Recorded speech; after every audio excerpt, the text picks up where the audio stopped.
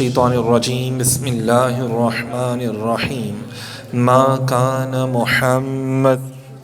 أبا أحد من رجالكم ولكن رسول الله وخاتم النبيين وكان الله بكل شيء عليما إن الله وملائكته يصلون على النبي يا أيها الذين آمنوا صلوا عليه وسلموا تسليما محبت سے پڑھیے گا الصلاۃ والسلام علیک یا رسول اللہ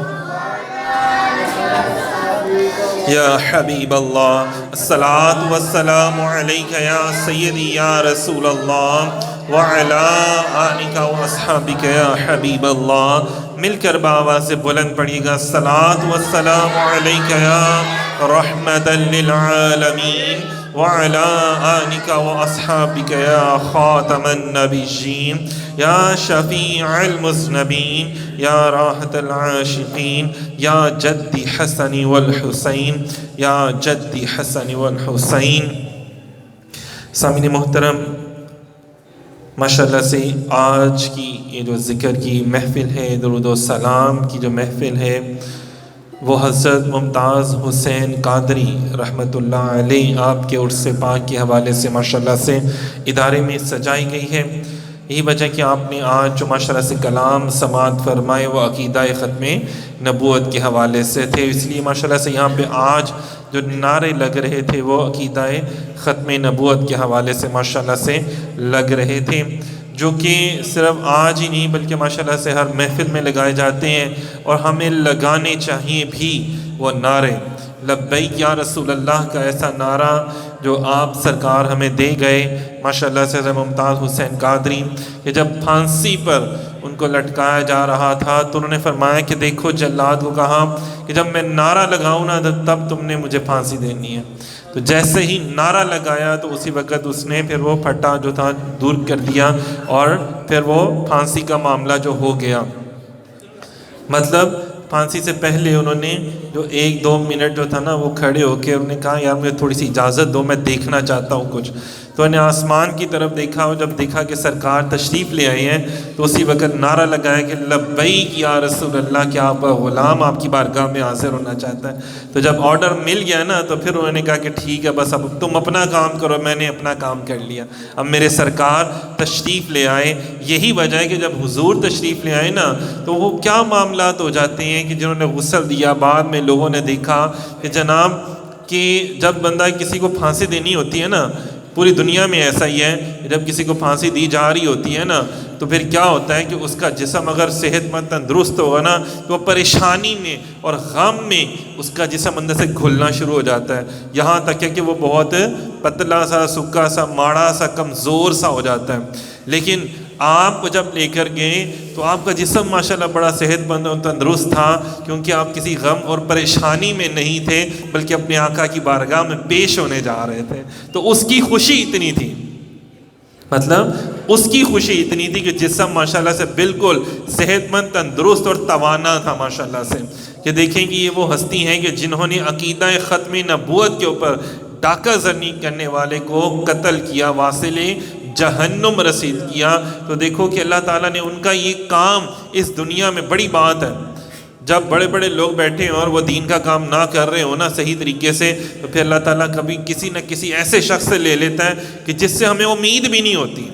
ایسے لوگوں نے دین کا کام کر دیے، جیسے غازی علم دین شہید رحمۃ اللہ علیہ نے، کہ کہاں پہ ایک لکڑ ہارا عام سا لڑکا لکڑیاں کاٹنے والا، اور کہاں پہ گستاخ رسول کو واصل جہنم کر دیا، کہاں پہ دیکھیں ایک عام پولیس والا، کہاں پر ایک عام پولیس والے کو ہم دیکھتے ہیں یار ان کو تو پتہ بھی نہیں ہوتا دین کے حوالے سے، اتنا زیادہ کچھ خاص نہیں پتہ ہوتا، بلکہ نارمل بھی نہیں اتنا پتہ ہوتا، لیکن کہاں پہ غازی ممتاز حسین قادری کے ان سے اتنا بڑا اللہ تعالیٰ نے کام لے لیا کہ ان کے جنازے پہ بڑے بڑے علماء، صلحاء، مفتیان کرام، مفسرین عظام، اولیاء کرام ان کے جنازے پر ہاتھ باندھ کے ادب سے کھڑے ہوئے تھے۔ کیوں؟ کہ سب دیکھ رہے تھے کہ سرکار خود تشریف لے کر آئے ہیں اپنے غلام کو لینے کے لیے، اس کو لینے کے لیے اس دنیا سے، تو اپنے غلام کو لینے کے لیے سرکار خود تشریف لے آئے ہیں۔ مطلب جو ہو نا عاشق رسول تو پھر اس کو شانیں بھی بہت عطا کی جاتی ہیں کہ محمد سے وفا تو نے تو ہم تیرے ہیں. یہ جہاں پھر چیز ہے کیا، لوح بھی قلم بھی سب کچھ پھر اس بندے کا ہو جاتا ہے، سب تیرے ہیں. تو پھر دیکھیں ہر چیز جو ہے وہ اس کی ہو جاتی ہے کہ جہاں پہ آپ نے اپنے چھوٹے معصوم بچے کی بھی پرواہ نہیں کی. لوگ کہتے ہیں نا نہیں یار اسی نہیں دین دا کام کر سکتے، میری فیملی ہے، میرے یہ معاملات ہیں، میرے وہ معاملات ہیں، کیس ہو جائے گا، یہ ہو جائے گا. اندازہ کریں کتنی بے شمار ایجنسیاں آئیں ان کے پاس انویسٹیگیشن کرنے کے لیے کہ بتاؤ تم نے کتنے پیسے لیے، کس کے کہنے پر کیا، کون سے ملک ہے، کیونکہ حاضر سروس حاضر ڈیوٹی گورنر کو آپ نے قتل کیا، واصل جہنم کیا. تو انہوں نے کہا جی نہیں، میرا ایک ہی جواب ہے، میں نے کسی کے کہنے پہ نہیں قتل کیا، میں نے تو محبت رسول میں اس کو قتل کیا. کیونکہ اس نے محبت رسول میں قتل کیا اس لیے کہ اس نے جو عقیدہ ختم نبوت کے اوپر جو قانون بنا ہوا ہے اس نے اس کی بے ادبی کی، گستاخی کی. اس نے کہا جی یہ قانون ختم کر دیں، اس عورت کو جس نے بے ادبی کی ہے واضح ازارہ زرین، اور اس نے ایکسیپٹ بھی کر لیا، مجرم نے اپنا جرم بھی ایکسیپٹ کر لیا. پھر آپ کیوں کہہ رہے ہیں کہ جناب صاحب کہ نہیں نہیں یہ جرم غلط ہے، یہ قانون غلط ہے، توبہ نعوذ باللہ، اس قانون کو ختم کیا جائے. جو قانون پاکستان کی عدالت نے بنایا، جو آئین میں موجود ہے 1973 میں بنایا گیا، جو ماشاءاللہ سے، اور اس سے پہلے قرآن میں موجود ہے جو قانون کہ جو گستاخ رسول ہوگا اس کی سزا کیا ہوگی. اللہ تعالیٰ تو اتنے حساس ہیں اپنے محبوب کی بارگاہ کے حوالے سے کہ اللہ تعالیٰ فرماتے ہیں خبردار جو تم نے میرے محبوب کی بارگاہ میں جا کے اونچی بات بھی کی اونچی آواز میں، تو میں تمہارے اعمال ضائع کر دوں گا اور کجا، اور تمہیں پتہ بھی نہیں چلے گا. تمہیں اللہ کہتا ہے میں توبہ کی بھی توفیق نہیں دوں گا. یہاں تک یہ جو بے ادبی کر رہا ہے تو اللہ تعالیٰ فرماتے ہیں کچھ امیر لوگ آگے اونچی آواز میں بولنے لگے یا محمد آپ باہر تشریف لے کر آئے، ہم امیر لوگ ہیں، ہم آپ سے ملنے آئے ہیں، ہم مسلمان ہوں گے، ہمارے قبیلے والے مسلمان ہوں گے، دولت آئے گی اسلام کے بعد. تو اللہ تعالیٰ نے اس کا جواب قرآن میں دیا. سورہ حجرات میں اللہ تعالیٰ نے فرمایا مفہوم کیا ہے کہ میرے محبوب کو تمہاری دولتوں کی ضرورت نہیں ہے، تمہاری امیری کی ضرورت نہیں ہے. یہ میرے محبوب کی شان ہے کہ وہ باہر تشریف لا کر تم سے مل لیتے، تمہاری کوئی اوقات نہیں ہے. میرے محبوب کو تو میں نے زمین اور آسمان کی چابیاں دے دی ہیں. یہ تو ان کی عاجزی انکساری ہے کہ وہ چھوٹے سے حجرے میں رہتے ہیں، ورنہ تو میں نے تو زمین و آسمان کی، جو مکی کے بھی، جو ماشاءاللہ سے مقام میں بھی رہتے ہیں اور لامقام میں بھی رہتے ہیں، وہ لامقام کے بھی شاہ سوار ہیں. تو یہ ان کی عاجزی ہے، ان کی انکساری ہے، اور ان کی محبت ہے، ان کی شفقت ہے، ان کی عطا ہے کہ وہ تم جیسوں سے مل لیتے ہیں، ورنہ میرے آقا میرے محبوب کو تمہاری ضرورت کوئی نہیں ہے. کوئی نہ بھی پڑھے میرے محبوب پر کلمہ، نہ بھی ان کا کلمہ پڑھے، نہ بھی درود بھیجے، تو ان اللہ و ملائکتہ یصلون علی النبی، تو اللہ بے شک اس بات میں کوئی شک ہی نہیں ہے. جیسے اس بات میں کوئی شک نہیں ہے کہ ایک ہی اللہ ہے، اسی طرح اس بات میں کوئی شک نہیں ہے کہ اللہ اور اس کے فرشتے درود بھیجتے ہیں، ہر وقت درود بھیجتے ہیں، ہر وقت درود. ہم تو پھر کبھی ٹائم کہتے ہیں نا، کبھی اس ٹائم پڑھ لیں گے، اس نماز کے بعد پڑھ لیں گے، یا تب پڑھ لیں گے، یا اب پڑھ لیں گے، نہیں، ہر وقت پڑھتے ہیں. تو فرمایا قرآن پاک میں ہی امر بالمعروف اور نہی عن المنکر، اور اگر تم اچھائی اور بھلائی کا بھی حکم دو اور برائیوں سے بھی لوگوں کو روکو. فرمایا پازیٹیو اور نیگیٹو تار دونوں ہو تو پھر ہی بلب جلتا ہے نا، روشن ہوتا ہے. فرمایا اگر صرف میرے محبوب سے محبت ہوگی، بلب نہیں روشن ہونا ایمان والا، تب روشن ہوگا جب میرے محبوب کے گستاخوں سے نفرت بھی ہوگی. ساتھ جب نفرت بھی ہوگی تب ہی تمہارا ایمان کامل ہوگا. یہی وجہ ہے کہ صحابہ کرام نے حضور کے گستاخوں سے جنگیں کی. مسیلمہ کذاب سے کون جنگ کرنے گیا تھا؟ اندازہ کریں، حضرت ابوبکر صدیق رضی اللہ تعالیٰ عنہ. فرمایا گھر میں کوئی نہ رہے، کوئی بوڑھا صحابی بھی ہے وہ بھی آئے، کوئی جوان ہے وہ بھی آئے، سارے آئیں، کیونکہ یہاں بات ناموس رسالت کی آ گئی ہے. یہاں بات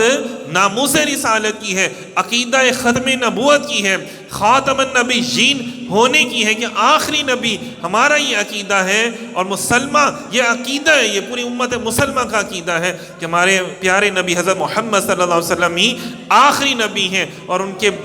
کسی نے بعد میں اگر دعویٰ کیا تو وہ جھوٹا کذاب اور لعنتی ہے.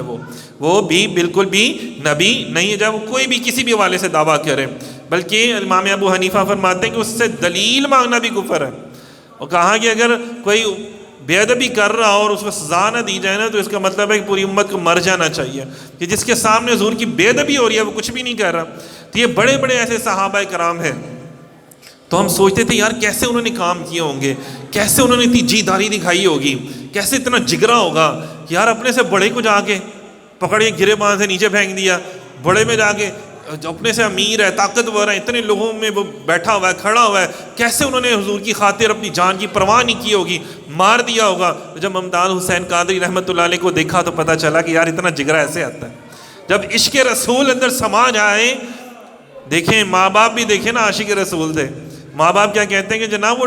وہاں پہ جانے سے پہلے بھی، پولیس کی ڈیوٹی کرنے سے پہلے بھی روزانہ اپنے گھر میں حضور کی محفل سجایا کرتے تھے۔ وہ پہلے بھی عاشق رسول تھے، ان کے اچانک ہی خیال آ گیا اور آگے جا کے مار دیا، نہیں۔ جب حلالی خون اندر ہو، حلال رزق کھایا ہو، جو عاشق رسول ہو، جو حضور سے محبت کرنے والا ہو نا، اسی کے اندر جو ہے نا وہ پھر یہ اتنی جرت اور ہمت جو ہے نا وہ پیدا ہو جاتی ہے۔ اتنی جرت اور ہمت پیدا ہوئی کہ اندازہ کریں 27 گولیاں تک مار دیں، کسی میں ہمت نہیں ہوئی ان کو ہاتھ لگانے کی۔ ساتھ ساتھی بھی کھڑے ہیں، باقی بھی پولیس والے کمانڈوز کھڑے ہیں جو ایک لمحے میں ان کو پکڑ سکتے تھے، لیکن نہیں پکڑا۔ تو آپ فرماتے ہیں کہ جب میں نے مارنے لگا نا تو میں نے پہلے سوچا کہ یار اتنے زیادہ لوگ کھڑے تو مجھے پکڑ لیں گے، تو میں نے جب سائڈوں پہ دیکھا تو اتنے زیادہ اولیاء اللہ تشریف فرما تھے، روحانیت کی نگاہ کھول دی گئی نا، اتنے زیادہ اولیاء اللہ موجود ہیں اور فرما رہے ہیں کہ بھئی تم اپنا کام کرو، ان کے ہاتھوں کو ہم نے پکڑا ہوا ہے۔ یار ایک گولی مارو تو پکڑ لیتے ہیں لوگ، اور کہاں پہ 27 گولیاں ماری اور وہاں بھی کھڑے ہوئے ہیں سارے کے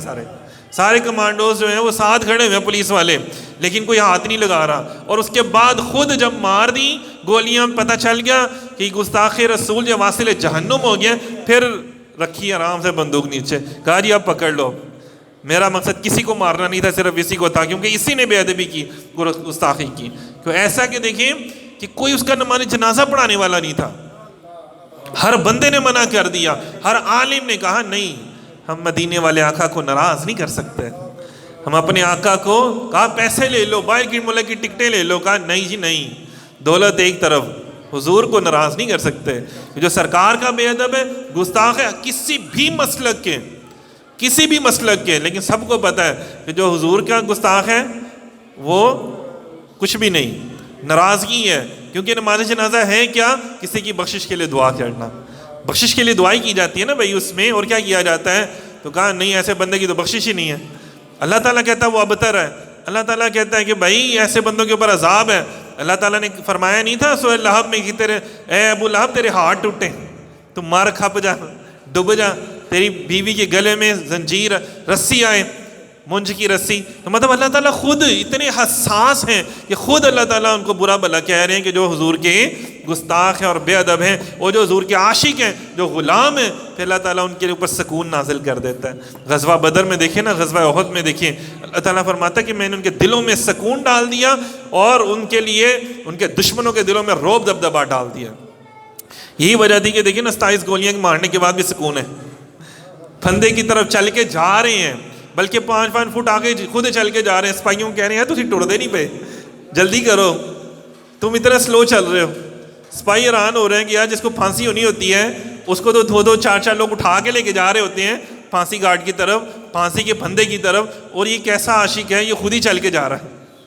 بڑی شان سے۔ اللہ والے جو ہوتے ہیں نا، ان کی شان ہی بڑی ہوتی ہے، بڑی شان سے چل کے جا رہے ہیں، اور پھانسی کے پھندے کو خود، اور لبیک یا رسول اللہ کا ایسا نعرہ لگا دیا۔ اور فرمایا جب ان کے والد صاحب کہتے ہیں کہ میں نے ان سے پوچھا نا کہ کوئی پیغام ہو جو آپ کا حضور کی امت کے لیے، ان کا بس ایک پیغام ہے۔ کیا پیغام ہے؟ ایک پیغام یہ ہے کہ حضور سے محبت کرنی ہے تو ڈٹ کے کرنی ہے، حضور سے محبت کرنی ہے تو انے واہ کرنی ہے، ڈٹ کے کرنی ہے، بس انہیں جانا انہیں مانا، نہ رکھا غیر سے کام۔ مل کے پڑھ لیں، بس انہیں جانا، یہ آواز ہی نہیں آ رہی تاڑی، بس انہیں جانا انہیں مانا، بس انہیں جانا انہیں مانا، بس انہیں جانا انہیں مانا، بس انہیں جانا انہیں مانا، بس انہیں جانا، بس انہیں جانا انہیں مانا، نہ رکھا بغیر سے کام۔ للہ الحمد میں دنیا سے مسلمان گیا، للہ الحمد میں دنیا سے مسلمان گیا۔ اور دوسرا کیا ہے کہ نظام مصطفیٰ قائم کرنا ہے۔ آپ نے کیا قائم کرنا ہے؟ نظام مصطفیٰ جب قائم ہوگا نا، پھر یہاں پہ سارے معاملات ہمارے بہتر ہوں گے. جب تک ہم چوروں ڈاکوؤں کو ہی اپنے اوپر اقتدار دیتے رہیں گے نا تب تک معاملات ایسی کہ جو کہ توں رہیں گے. اور جب نظام مصطفیٰ قائم ہوا تھا نا، جب ہو جاتا ہے تو پھر اندازہ کریں تمام لوگوں کو عدل و انصاف ان کے دروازے پہ ملنا شروع ہو جاتا ہے، لوگوں کو رزق حلال ملنا شروع ہو جاتا ہے، ملاوٹ والی چیزیں ختم ہو جاتی ہیں، امن و امان آنا شروع ہو جاتا ہے جب نظام مصطفیٰ قائم ہو جاتا ہے. پھر ہر بندہ ہی پڑھا لکھا ہو جاتا ہے جب نظام مصطفیٰ قائم ہو جاتا ہے نا، کہ جتنے صحابہ تھے سب ہی قرآن کے حافظ تھے. اندازہ کریں سب ہی قرآن کی حافظ تھے. اور قرآن پاک کو حفظ کرنا بھی معمولی بات نہیں ہے، بہت بڑی بات ہے. یہ اللہ کا خاص کرم ہے اور اللہ کا معجزہ ہے. یہ قرآن کا معجزہ ہے، یہ نبی پاک صلی اللہ علیہ وسلم کا معجزہ ہے. تو اینڈ پہ نعرہ لگائیں جو ہمارے ماشاءاللہ سے ممتاز حسین قادری، جو ہمیں دیکھ کر کے مل کے بآواز بلند ذرا مل کے لگانا ہے کہ ہمارا اندر ایک دفعہ جن جوڑ جائے، جو اندر کے شیطان یا وسوسے بیٹھے بھی ہوئے نا وہ بھی دم دبا کے بھاگ جائیں. مل کے تاجدار ختم نبوت، تاجدار ختم نبوت زندہ باد، زندہ باد، زندہ باد. تاجدار ختم نبوت زندہ باد، زندہ باد. لبیک لبیک لبیک یا رسول اللہ، لبیک یا رسول اللہ، لبیک لبیک لبیک یا رسول اللہ، لبیک لبیک لبیک یا رسول اللہ، لبیک لبیک لبیک یا رسول اللہ، لبیک لبیک لبیک یا رسول اللہ، لبیک یا رسول اللہ، لبیک لبیک لبیک یا رسول اللہ، لبیک یا رسول اللہ، لبیک لبیک لبیک یا رسول اللہ، لبیک لبیک لبیک یا رسول اللہ، لبیک لبیک لبیک یا رسول اللہ، لبیک لبیک یا رسول اللہ. دعا کرتے ہیں اللہ رب العزت ہم سب کی حاضری اپنی پاک بارگاہ میں قبول و منظور فرمائے اور صحیح معنوں میں حضور صلی اللہ علیہ وسلم کا غلام بننے کی توفیق عطا فرمائے. بہت شکریہ، جزاک اللہ خیر.